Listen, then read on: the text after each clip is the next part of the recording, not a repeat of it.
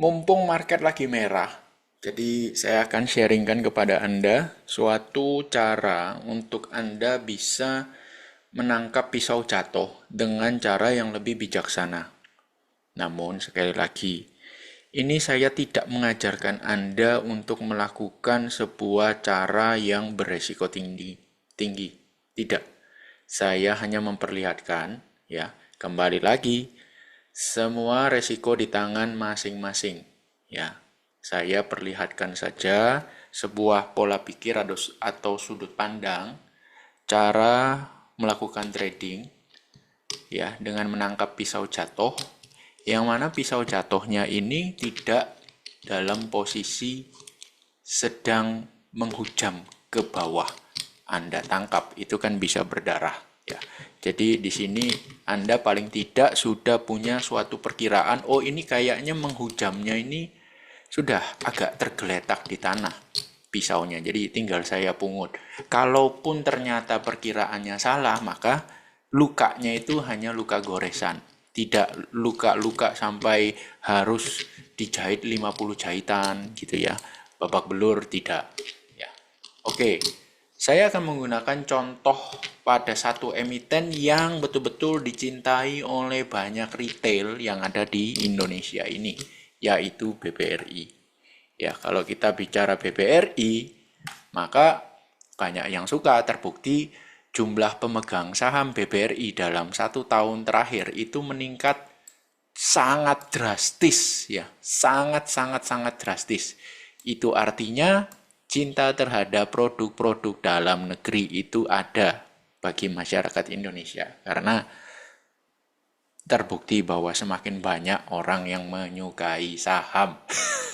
Oke, nah biasanya yang dilakukan orang itu adalah kalau ngelihat, ambil contoh kita bicara BBRI pada tahun 2024 ya, 13 Maret gitu ya. Harga tertingginya adalah 6.450.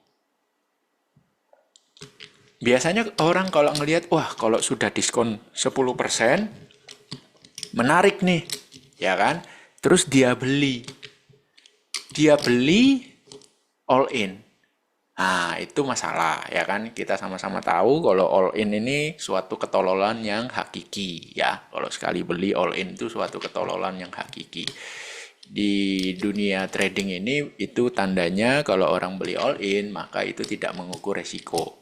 Nah, ada cara kedua, ya. Cara kedua ini sebenarnya membutuhkan market timing yang luar biasa presisi, harus ada syarat-syaratnya. Tapi biasanya orang nggak tahan kalau saya suruh tunggu syarat-syarat itu terpenuhi semua. Nah, makanya ada yang gatal tangan nih. Jadi ngelihat BBRI turun 10%, dia langsung buy.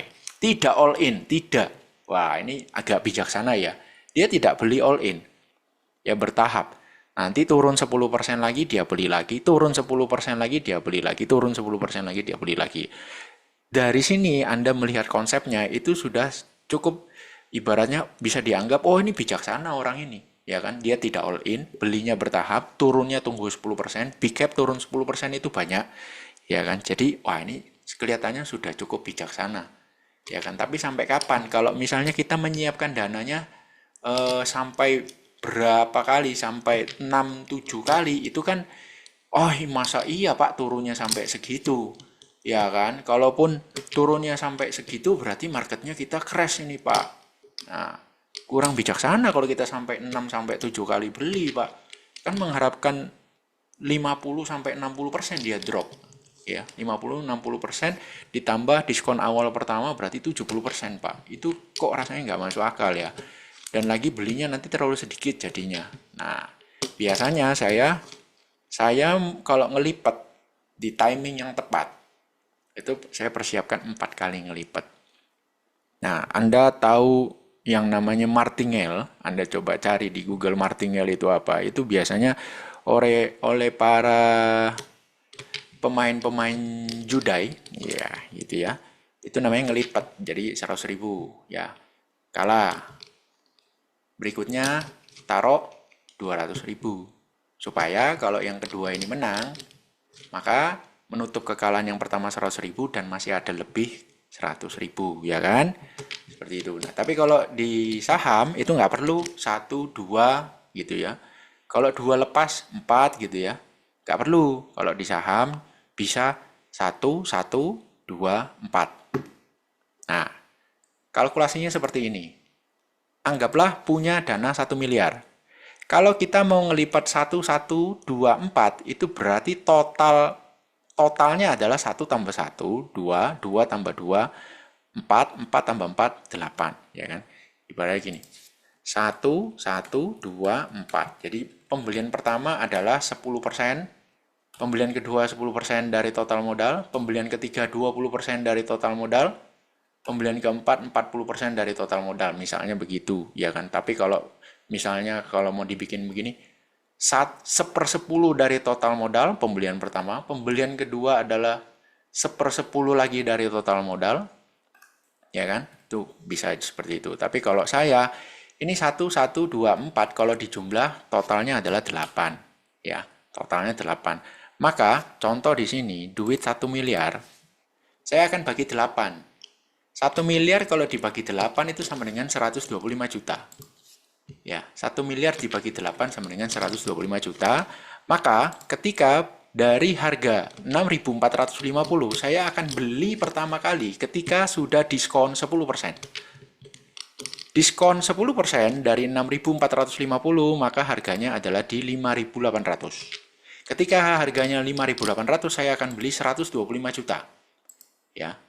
Karena 1 miliar dibagi 8 sama dengan 125 juta. Ya. Bagi 8. 125 juta. Oke. Terus dari 5.800 kalau masih turun 10% lagi saya beli lagi 125 juta. Ya, 125 juta ini 1 unit. Nah, gitu ya. Dari 5.225 kalau masih turun 10% lagi ke 4.700 saya akan beli bukan 125 tapi 2 unit. Kalau 1 unit sama dengan 125 juta maka 2 unit sama dengan 250 juta. Ini 479 485 lot, sorry. Kejauhan masih ya, 500 lot. Nah, saya akan beli 525 lot. Oke, kalau 530 gimana? Oke, 530 lot. Dari 4.700 kalau masih turun lagi 10%, berarti dia turun ke 4.230. Saya akan beli 4 unit. 4 kali 125 sama dengan 500 juta. Ya. Di sini saya akan beli, oh ini masih 450. Ya, saya akan beli kalau 500 lot. Salah. Bentar ya. 1.100. Oke.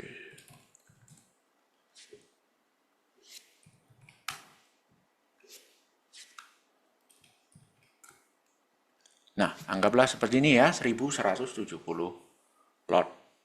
Kita akan beli bisa 1175. Oke, 1.175 lot ya, tidak sampai 500 juta kalau sama fee transaksi mungkin hampir sampai. Maka sampai di sini total pembelian sudah include fee itu adalah sebesar 997 juta 594 ribuan ya. Di mana harga rata-rata kita adalah di 4.620. Pembelian terakhir di 4.230. Bayangin ya, harga average-nya di 4.600. Ya, kita udah beli di 4.230 terakhir, masih turun juga, harga turun sampai terendah 4.090. Dengan cara ini, kalau harga turun ke 4.090, maka floating loss Anda adalah 117 juta atau sekitar 11%. Ya, sekitar 11%. Anda baru break even kalau BBRI-nya naik ke 4.620. Seperti itu. Cara ini Anda tidak perlu cut loss. Cut loss-nya Anda adalah nanti kalau misalnya BBRI-nya ke 3.000 dan Anda sudah nggak tahan lihat floating loss-nya, itu terserah Anda dah. Nah, kalau ke 3.000, Anda floating loss 351 juta atau sekitar 35%. Ya. Mungkin enggak, mau ya kita nggak tahu ya. Kalau misalnya tiba-tiba laporan keuangan kuartal harga tidak kunjung rebound ke 4.620 sampai dengan laporan keuangan kuartal pertama 2025 dipublish nih. Harga di situ-situ aja 4620. Ketika LKQ1 2025 dipublish, laba bersih turun. Modiar kowe. Ya, bisa ke 3000. Ya kan? Jadi harus siap. Kalau Anda trade dengan cara seperti ini, ya, di timing yang salah, harus siap nih. Floating loss-nya bisa begini, stres itu. Ya, tapi kenyataannya tidak. Kenyataannya adalah rebound sampai tertinggi 5.575 pada 24 September. 5.575. Floating loss 202 juta. Mantap, ya kan? Kayak itu pun kalau jual di 5575. Ya, itu jual di pucuk ceritanya, ya. Karena kalau enggak jual, di saat itu ibaratnya tiba-tiba Anda berpikir, wah saya mau invest dah, ini bagus nih BBRI ini, wah spread lah gitu ya. Anda enggak jual, jebrut, turun lagi sampai 3.800. Ya. Di 3.800 Anda pasti maki-maki. Karena aduh betapa bodohnya ya, kemarin sudah 5575 nggak jual, sekarang 3.800, floating loss 179 juta atau hampir 18%. Dian gobloknya nih, keluar semua kata-kata kebun binatangnya, kan gitu ya. Nah, katakanlah Anda jual di sana, ya kan? Anda jual di 5575. Oke lah ya, pinter gitu kan. Terus habis itu terjadi lagi, harganya turun. Jret gitu kan. Nah, Anda ulangi lagi proses yang sama. Kan gitu. Anda mengulangi lagi proses yang sama. Anda mulai. Bentar ya. Nah. Anda mulai hitung nih. Dari 5.575 tertingginya diskon 10%. Berarti di 5.000. Ya. Anda mulai buy. Seret. Mulai buy gitu ya. Turun 10% lagi 4.500 mulai buy, ya kan? Turun lagi 10% 4.050 buy lagi. Turun lagi ke 4.230 buy lagi. Ini kurang ini. Ini harusnya 1.078 ya. Oh, 1.178. Nah, oke. Ya. Sampai di sini 4.230 duit Anda sudah habis nih. Ya. Dengan fee 998 juta. Habis. Jadi kalau dia turun lagi 10% ke 3.645, Anda nggak bisa beli, Pak. Habis duitnya. Dan kalau itu yang beneran terjadi 3645, 3650 lah. Anda floating loss-nya 154 juta.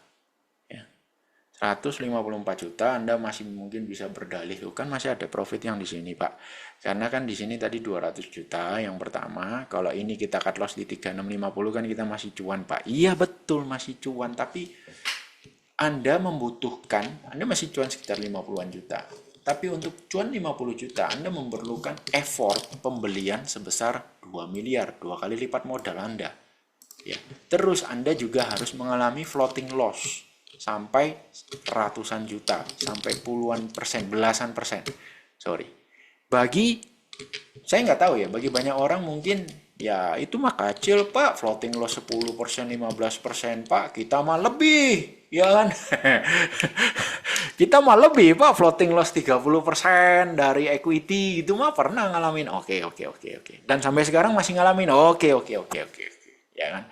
Nah, kita lanjut ya. Intinya kalau 3650, nah, hancur, ya kan?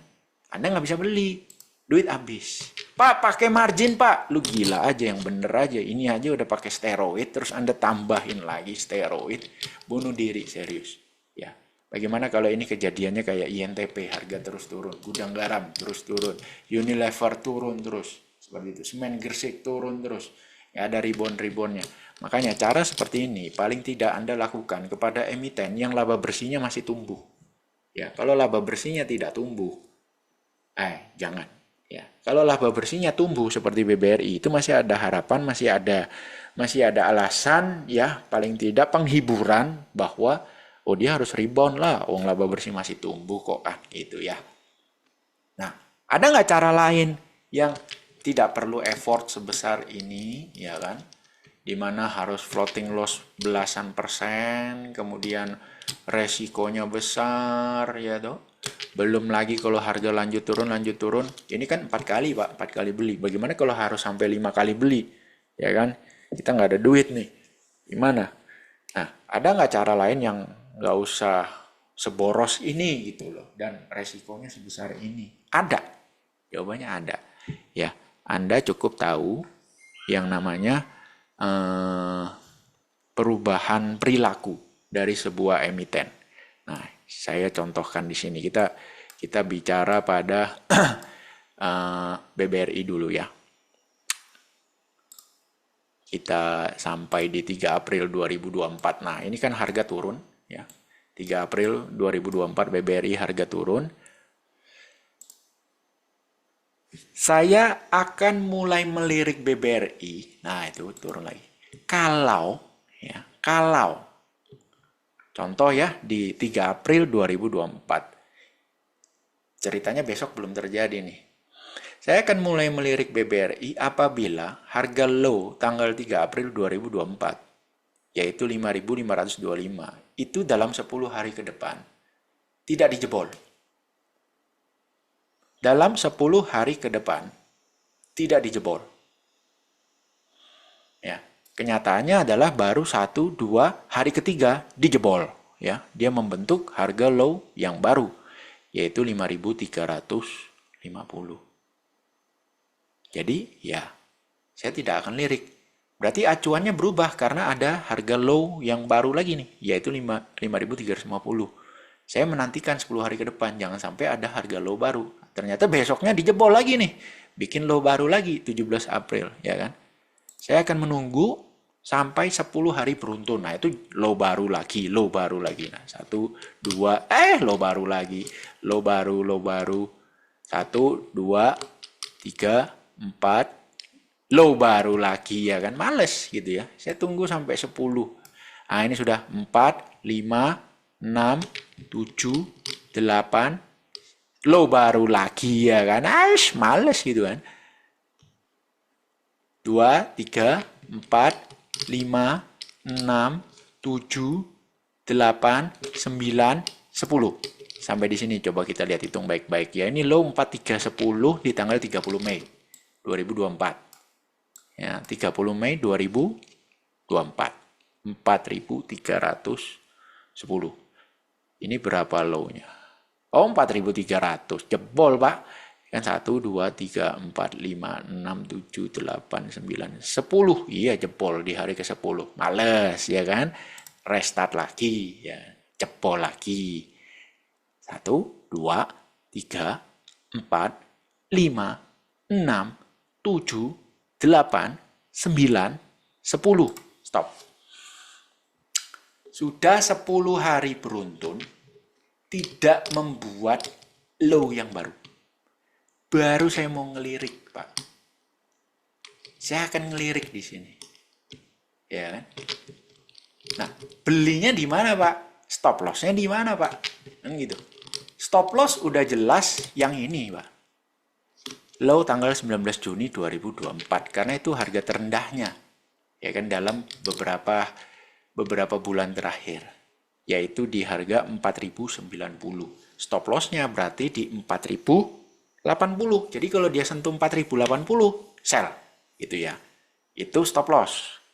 Bagaimana dengan buy-nya, Pak? Apakah kita langsung buy di sini 4.600? Silakan. Gak ada masalah. Ya kan? Mau langsung buy di 4.600? Nggak ada masalah. Berarti stop loss tadi 4.080. Oke ya, ini udah beres ya, martingale kita tinggalkan. Sekarang kita ke sini. Stop loss 4.080. Saya catat di sini. 4.080 stop loss. Buy, katakanlah saya mau langsung, Pak. Buy di harga 4.600 misalnya. 4.600. Jebret. Dengan dana 1 miliar, resiko maksimal adalah 1% dari 1 miliar. Berarti kalau saya kena stop loss, maka rugi saya adalah 10 juta. Maka dengan plan ini, beli 4.600, stop loss 4.080, maka saya maksimal beli hanya boleh 185 lot. Dah, atau sekitar 85 juta rupiah nilai pembeliannya. Udah. Bandingkan dengan ibaratnya orang yang sudah ngalamin floating loss sampai di sini. Bye bye. Masih floating loss itu. Bye. Floating lossnya udah puluhan juta ibaratnya kalau dengan cara tadi. Ya, udah puluhan juta itu pasti. Sedangkan di sini Anda belum ngalamin floating loss, baru start new buy. Oke. Katakanlah itu planningnya, terus kita lihat apa yang terjadi. Naik. Saya rasa habis ini kalau nggak salah masih turun lagi, itu jebol lagi satu kali. Oh tidak. Ya. Nah itu, ya. Stop loss Anda nggak kena, ya kan? Masih fine aja. Stop loss di bawah loh ini, di bawah sini. Ya. Saya pause dulu sebentar. Jarak dari 4.600 ke 4.080 itu adalah 4.600 kurangi 4.080. Jaraknya adalah 4.600 kurangi 4.080, 520 perak jaraknya ya. Jadi kalau harga naik ke 5.125 itu sama dengan floating profitnya adalah 1 kali dari risk awal, ya kan? Ini kalau kita tambahkan dengan 4.600 ketemu angka 5.120, kita bulatkan 5.125. Jadi kalau Bank BRI naik ke 5.125, maka kita floating profitnya adalah sekitar 10 juta atau sama dengan risk awal, yaitu 10 juta kalau kena stop loss. Berarti kalau harga bisa ke 5.125, maka saya akan geser stop loss ini ke harga BEP. Dengan demikian, saya sudah tidak ada resiko. Nah, seperti itu. Kita lihat nih, apa yang terjadi. Apakah harga bisa sentuh 5.125? Kita lihat. Ya. Selama belum sentuh 5.125, stop loss-nya masih tetap di 4.080. Ya. Ya. Harga sudah menyentuh 5.125, maka stop loss awal di 4.080 sini. Nah, gini kan tadinya di sini. Saya geser ke 5.125. Ya, 5.125. Nah. Sorry, kok digeser ke 5.125? Digeser ke 4.600, Pak. Karena harga beli kan di 4.600. Nah, digeser ke sana. Udah, resikonya nggak ada. Sekarang terserah Anda mau di TPK 5.125 atau tetap di trailing stop, di mana kalau dia turun ke 4.600 Anda tidak rugi apapun, cuma rugi waktu, tapi secara uang Anda tidak akan rugi karena stop loss awal sudah digeser sama dengan harga beli di 4.600. Dengan cara ini tidak stres, tidak ada tekanan mental, walaupun Anda tidak bisa cuan nominal besar, tapi secara resiko super minim. Karena kalau asumsi Anda salah di awal tadi, beli 4.600, stop loss 4.080, dan ternyata kena stop loss awal, Anda ruginya 10 juta.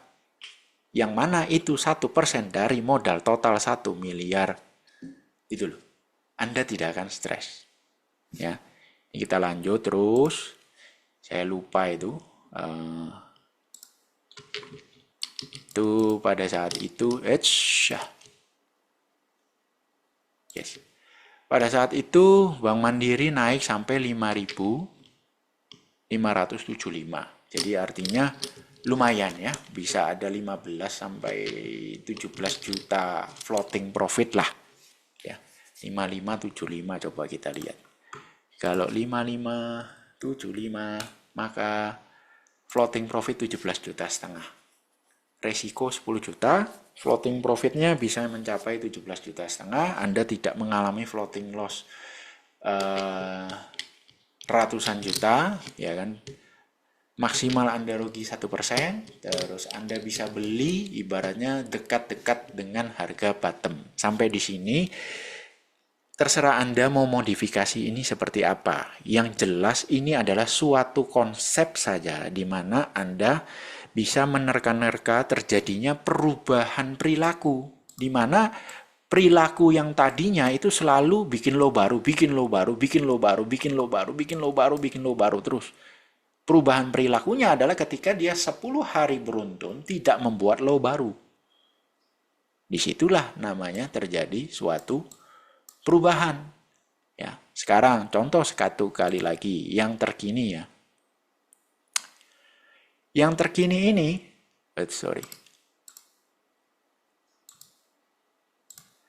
kan kalau menggunakan cara melipat atau martingale, maka pada hari ini Anda akan mengalami floating loss sebesar ini 4030 ya sekarang harganya. Coba kita lihat.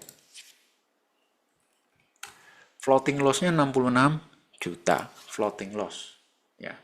Kalau rebound Anda bisa cuan banyak. Kalau rebound ya, kalau rebound katakanlah BRI kembali ke harga 5.575 gitu ya. Wah, Anda bisa cuan banyak itu 290 juta ini cuannya.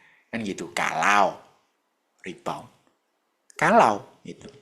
Ya, itu kan masih kalau. Tapi kalau BRI ke 3.000 minusnya 300 juta. Ya. Pusing ini sudah karena mau kemanapun ini posisi lagi floating loss. Ya, floating loss. Bandingkan dengan cara yang tadi. Nah, coba kita replay lagi. Nah,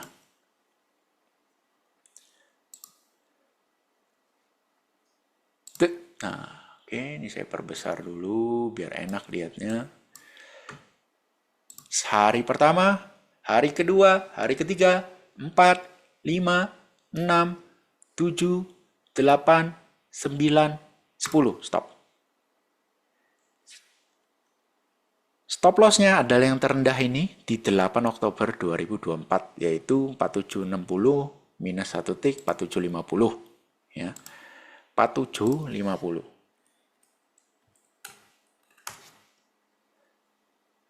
Kemudian, Pak, saya mau langsung beli. Ya, 4.900. Oke, cepret. Anda maksimal beli 578 lot. Ya, senilai 283 juta. Ini kalau kena stop loss, Anda ruginya 10 juta. Atau 1% dari 1 miliar modal Anda. Kan gitu.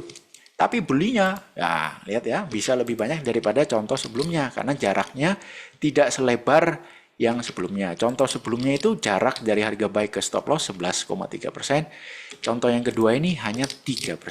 Makanya Anda bisa beli lebih banyak. Ya, 578 lot atau 283 juta. Yang tadi cuma sekitar 85 juta. Oke. Akankah berakhir dengan manis? Jawabannya adalah seperti yang Anda tahu. Jawabannya adalah tidak. Nah, kena stop loss-nya. Rugi berapa? 10 juta. Jepret. Lock. Selesai urusan, ya kan? Kita tungguin lagi, ya kan? Low baru. 1, 2, 3, 4, 5, low baru. Low baru. 1, 2, 3, 4, 5, low baru, ya. Low baru masih low baru.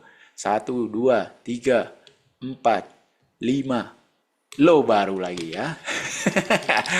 3, 4, 5, 6, 7, 8, 9, low baru. Coba kita lihat low baru tidak ini. 4160, 4150 low baru ya. Jadi belum ada. Low baru. 1, 2, 3, 4, 5, 6, 7, 8, low baru, ya kan? low baru lagi, ya kan?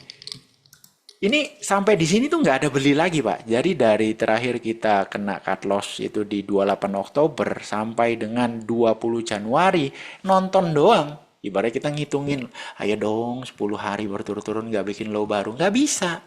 Ya kan nggak ada. Selalu bikin low baru, low baru, low baru. Nggak nyampe 10 hari low baru. Kenapa? Ya karena memang begitu karakteristik harga ketika ditekan. Jadi Anda jangan, oh ini saya punya duit nih, buy lagi. Oh masih ada duit nih, buy lagi. Oh saya masih ada margin nih, buy lagi. Lu gila, Pak. Ya kan? Lu ngelawan arus, Pak, mati lemes lu.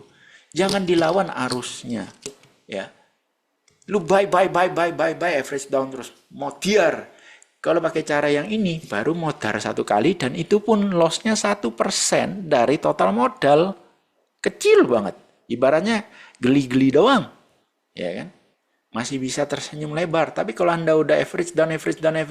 Sampai di sini, waduh susah. Mau senyum aja susah, bos. Ya, kita lanjutkan di sini. Sudah 2 hari tanpa low baru. 3, 4, 5, 6, 7, 8, 9, 10. Ya, 1, 2, 3, 4, 5, 6. 10 hari tanpa low baru. Ya, 10 hari tanpa low baru. Kita bikin plan. 38, 37, 90. 37, 90. Mau langsung buy? Oke. 42, 20. Anda maksimal beli 223 lot atau sekitar 94 juta ya. Ini kalau kena stop loss-nya, maka Anda rugi 10 juta lagi, yaitu setara dengan 1% dari total modal 1 miliar. Ya kan? Kalaupun itu terjadi, Anda masih bisa senyum-senyum, bahkan tertawa lebar gitu kan. Gitu tuh, kecil mah. Nah, tapi kalau yang sudah average down, keringat dingin. Hanya bisa, ayo harus up gitu ya. Kalau nggak up, stall pesawatnya, modiar nih, kecelakaan gitu. Dan yang terjadi adalah sampai dengan saat ini, sampai dengan hari di video dibuat, harga masih di 4030, belum naik ya. Jadi kalau di 4030, maka saat ini floating loss 4.670, floating loss ya. Ya, kalau modal Anda 1 miliar, itu floating loss 4.670 itu kan Anda tertawa lebar, terbahak-bahak masih. Ini kan seperti kalau modal 100 juta, floating loss-nya 400.000. Modal 10 juta, floating loss-nya 40.000. Ya kan? Ya masih tertawa lebar, terbahak-bahak gitu loh. Ya, santai. Jadi cara ini santai. Nah, Anda punya ide untuk menggabungkan atau modifikasi dari dua konsep ini. Yang pertama martingale, ngelipat terus. Yang kedua adalah seperti ini, Anda menunggu terjadi perubahan perilaku di mana 10 hari beruntun tidak membuat low baru. Anda mau modif, silakan. Saya hanya memperkenalkan dua konsep ini saja. Tujuannya apa? Supaya teman-teman itu ada ibaratnya suatu pandangan bahwa oh yang A seperti ini, yang B seperti ini, resikonya seperti apa, ya kan? Tekanan mentalnya mana yang lebih berat dan modifikasi bisa nggak? Silahkan. Nah caranya ya Anda seperti yang saya lakukan ini, Anda utak-atik seperti itu. Khususnya untuk teman-teman di membership Angka Bicara, itu kan mereka sudah punya file Excel Money Management ini. Ya silahkan diutak-atik ya kan, oh cara ini gimana, oh cara ini seperti mana, ini di-combine begini, ini bukan, silahkan ya kan. Kalau Anda pakai martingale sejak awal, maka bebannya berat. Tapi kalau sejak awal Anda pakai yang seperti ini, menanti perubahan perilaku, dan ternyata perubahan perilaku itu memang terjadi, berubah, cuman setelah itu Anda kena stop loss. Begitu Anda kena stop loss, Anda switch ke martingale, itu jauh lebih make sense daripada Anda menggunakan martingale sejak awal. Kenapa? Anda sudah menunggu terjadi perubahan perilaku, itu kan artinya harga itu kan Anda udah tunggu sampai sini terjadi perubahan perilaku, ternyata kena stop loss gitu kan. Nah, kena stop loss baru Anda pakai martingale. Itu lebih make sense daripada sejak awal Anda pakai martingale. Jadi kalau misalnya kita dari studi kasus ini tadi, itu berarti baru pakai martingale itu di sini kan. Anda habis kena stop loss, ya kan, price close di 4760. Nah, baru di sini Anda start pakai martingale. Itu jauh lebih irit pelurunya daripada Anda martingale sejak awal. Ini kan kalau di sini Anda sejak 5000. Tapi kalau Anda tunggu dulu berarti di 4760 Anda baru start martingale. Itu beda jauh, Pak. Ya kan? Beda jauh. Ya, sangat-sangat beda jauh dengan Anda mulai di 5000. Anda pasti masih menyisakan satu pelor lagi. Ya, karena kalau dari 4760 coba kita lihat ya. 4760 mana tadi? Nih, sampai turun ke bawah sini, dia turun 20%. Secara kasat mata aja, berarti paling enggak Anda baru 3 kali buy. Ya kan? 3 kali buy. Jadi 4760 turun 10% lagi.